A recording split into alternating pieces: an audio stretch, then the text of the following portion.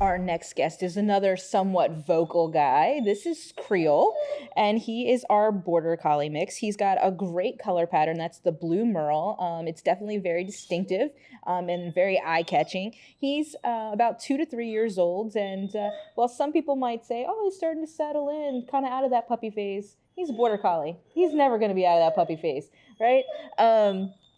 He is a dog that came to us as a stray. And when you're thinking about Creole, what I think of most is super energetic. He has a lot of energy. He definitely needs to burn that off. He's super smart because, of his breed, but has a lot of energy. And you might hear he's doing some reverse sneezing. He gets super excited. And sometimes when he gets super excited, he needs to kind of like take a second, regulate his breath. It's not an uncommon thing in dogs, but it's something that we have noticed that happens a lot with Creole when he gets really excited. He's a friendly dog, playful dog, but most things really, like, you're not going to see so much the affectionate side of Creole until he's worked off some energy.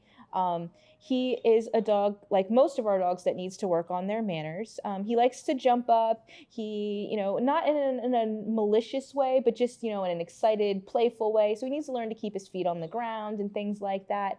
But he does have some basics, sit and down, and he can take treats fairly gently. They say he walks pretty nicely on a leash. For the most part, we have a lot of really strong pullers. And while he can pull a little bit, he's not, the strongest or the worst by any means.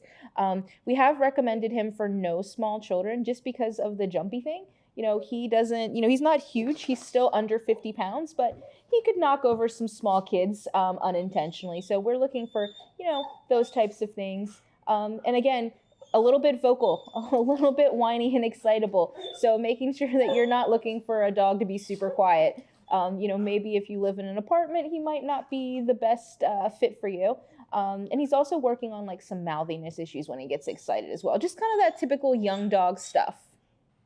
So obviously he's going to probably get a lot of attention because he's very, very handsome. But what do people know about herding dogs before they commit to a herding dog? So we talked about his energy level. Working dogs, border collies in general, are high energy dogs, but they also need a lot of mental stimulation. So, he's not a dog that's going to lay on your couch all day and hang out with you. You can take him on family walks, but he needs a lot of exercise. And he also needs that mental stimulation. So, setting him up in an agility or some other type of sporting dog program where he can kind of do something. But otherwise, making sure you have a big yard for him to run around in off leash. You're taking him on those long hikes. And you're working on that training. And training is not just for good manners, it's also for mental stimulation and using different types of enrichment in your house. If you don't have other animals, hiding food for him to find and different treat puzzles and things like that so that he can keep his mind stimulated. But also being aware that herding dogs herd. So if you have kids or other animals in your house, he's going to be more prone to be like, no, you belong over here. I'm going to herd you over here and things like that. So if you are interested in Creole, I would definitely encourage you to go online and do a little bit of research about the breed so you're better prepared as to what you're getting yourself into and not just saying, oh, that's a good looking dog. I'd like him to make him part of my family.